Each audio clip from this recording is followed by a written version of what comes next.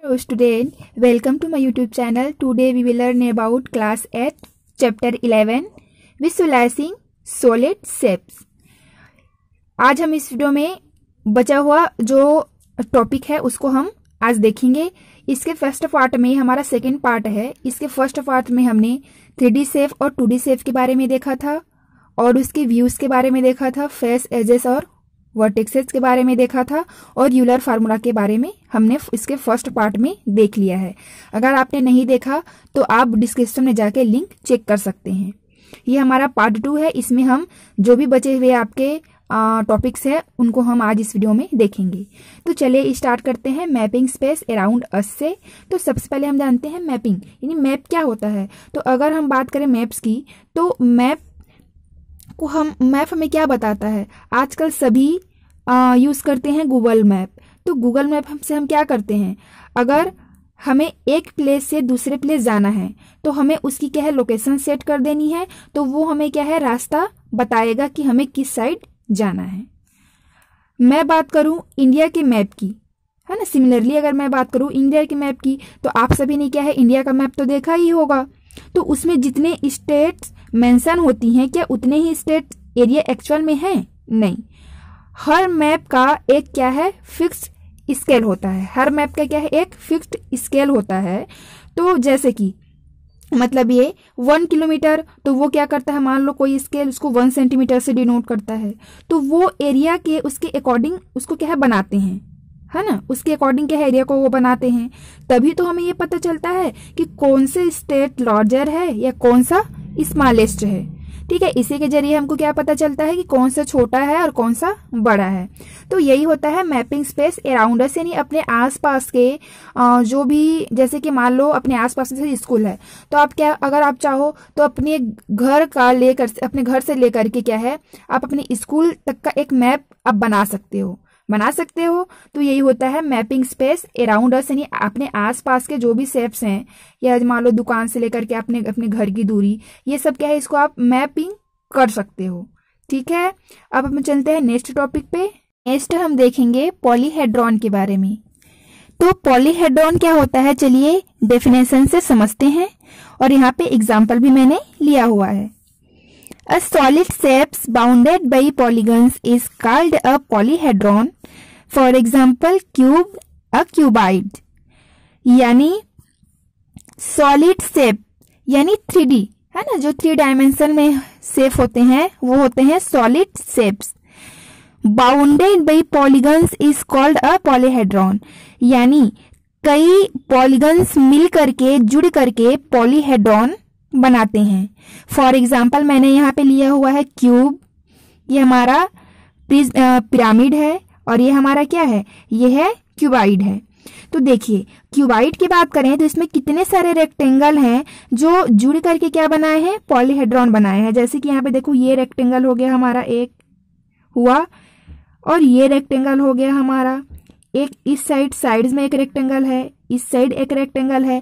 तो कितने सारे पॉलीगन्स मिलकर के क्या बनाते हैं, पॉलीहेड्रॉन बनाए हैं। अगर मैं बात करूं इसकी तो इसमें भी देखो स्क्वायर, कितने सारे स्क्वायर्स हैं, ये एक हो गया, ये एक हो गया, ये वाला एक हो गया, इधर एक हो गया।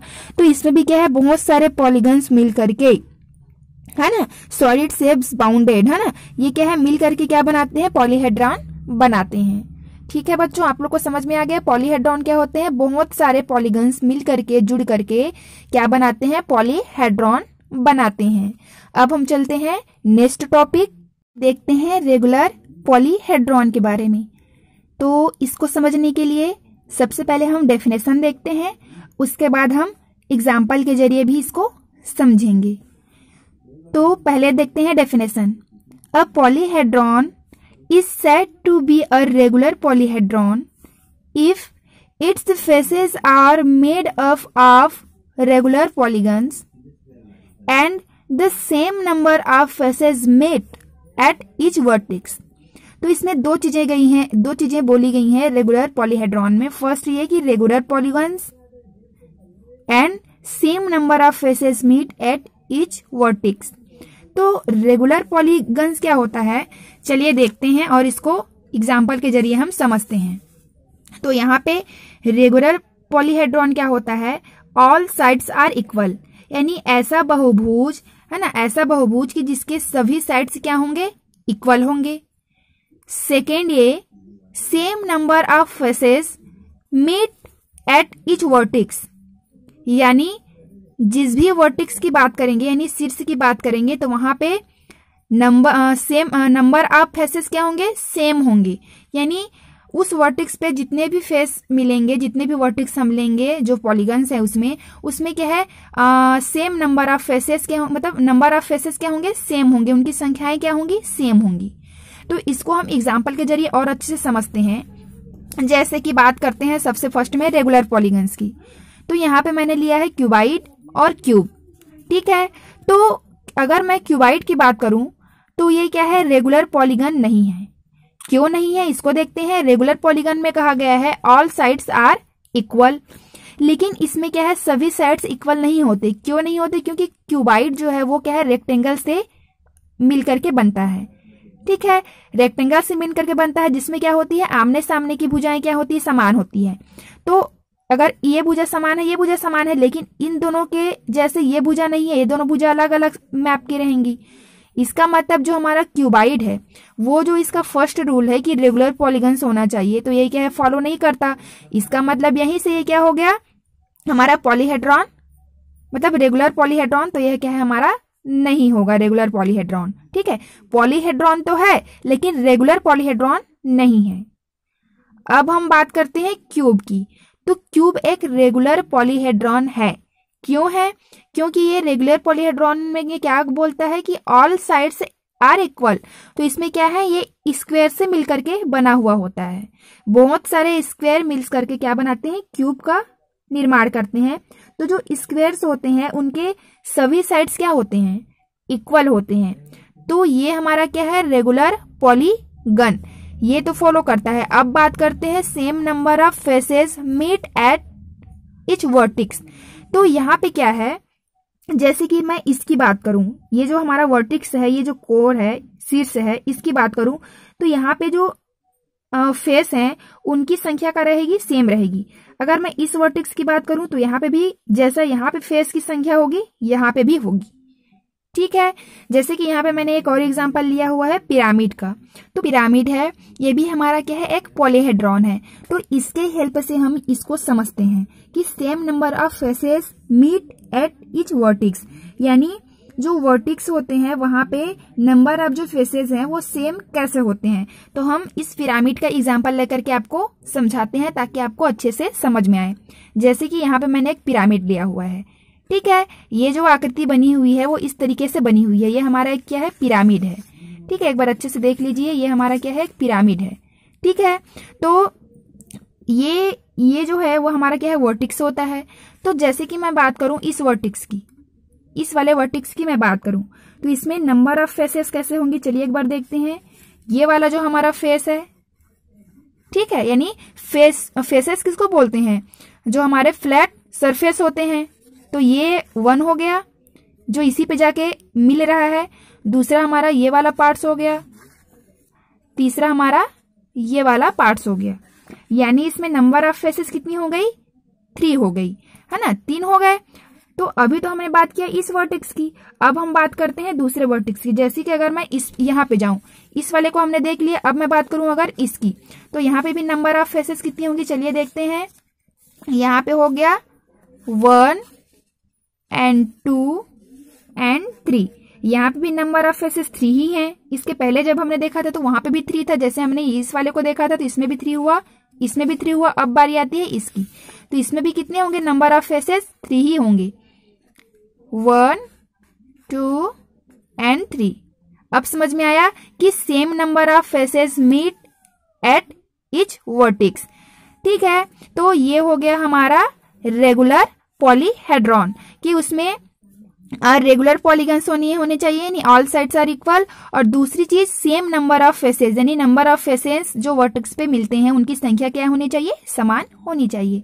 अब हम चलते हैं कन्वेक्स पॉलीहेड्रॉन में, देखते हैं कन्वेक्स पॉलीहेड्रॉन क्या होता है। सबसे पहले हम डेफिनेशन देख लेते हैं, उसके बाद हम एग्जाम्पल की हेल्प से भी इसको अच्छे से समझेंगे।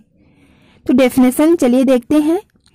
If the line segment joining any two points on the surface of a polyhedron entirely lies inside the polyhedron, then it's said to be a convex polyhedron.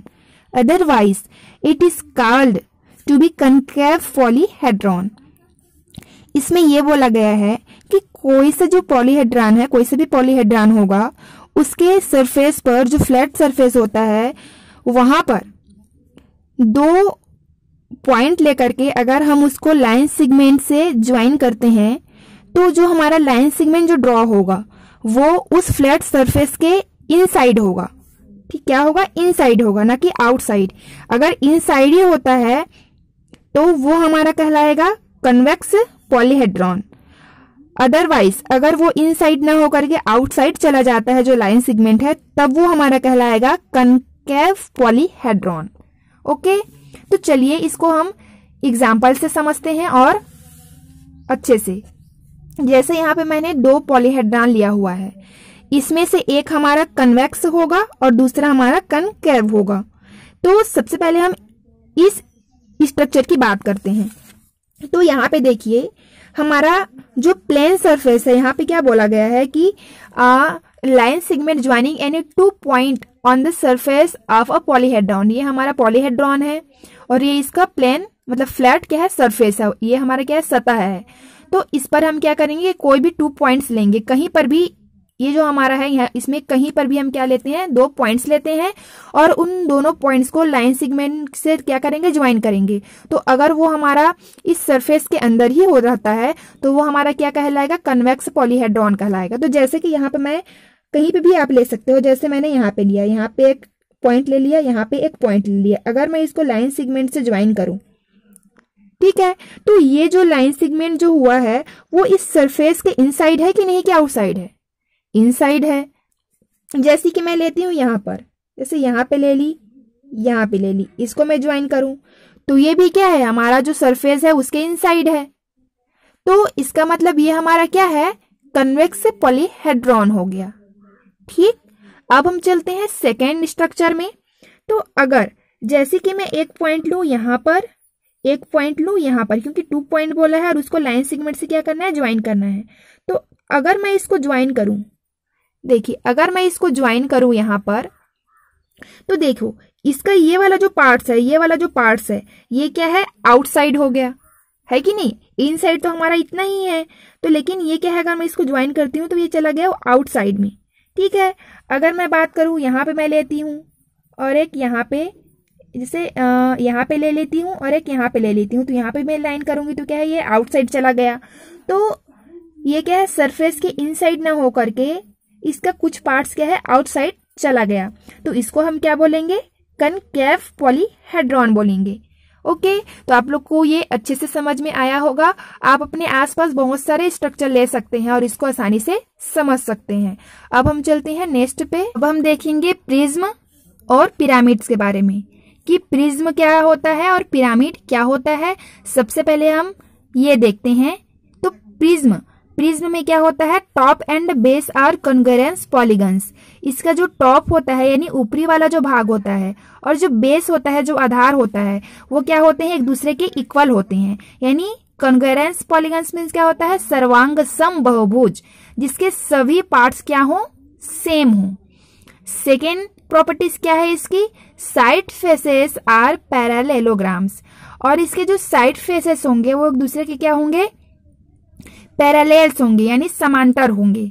ठीक है, अब बात करते हैं पिरामिड्स की। तो पिरामिड्स में क्या होता है? Base is any polygons. इसका जो बेस होता है वो कोई सा भी पॉलीगन हो सकता है। ट्रायंगल हो सकता है, आपका रेक्टेंगल हो सकता है, कुछ भी हो सकता है, any polygons. And side faces are triangles, और इसके जो साइड फेसेस होंगे वो क्या होंगे? ट्रायंगल्स होंगे। ठीक है, तो चलिए इसको हम एग्जाम्पल की हेल्प से और अच्छे से समझते हैं। जैसे कि यहाँ पे मैंने एग्जाम्पल लिया हुआ है, जहाँ पर मैंने लिया हुआ है ट्रायगोनल प्रिज्म, या इसी को बोल सकते हैं ट्रायंगुलर प्रिज्म, और यहाँ पे मैंने लिया है ट्रायंगुलर पिरामिड का एग्जाम्पल। तो इसको हम और अच्छे से समझने के लिए मैंने यहाँ पे एक प्रिज्म लिया हुआ है, प्रिज्म का शेप लिया हुआ है यहाँ पर। ठीक है, ये प्रिज्म का शेप है जो इस शेप में बना हुआ है।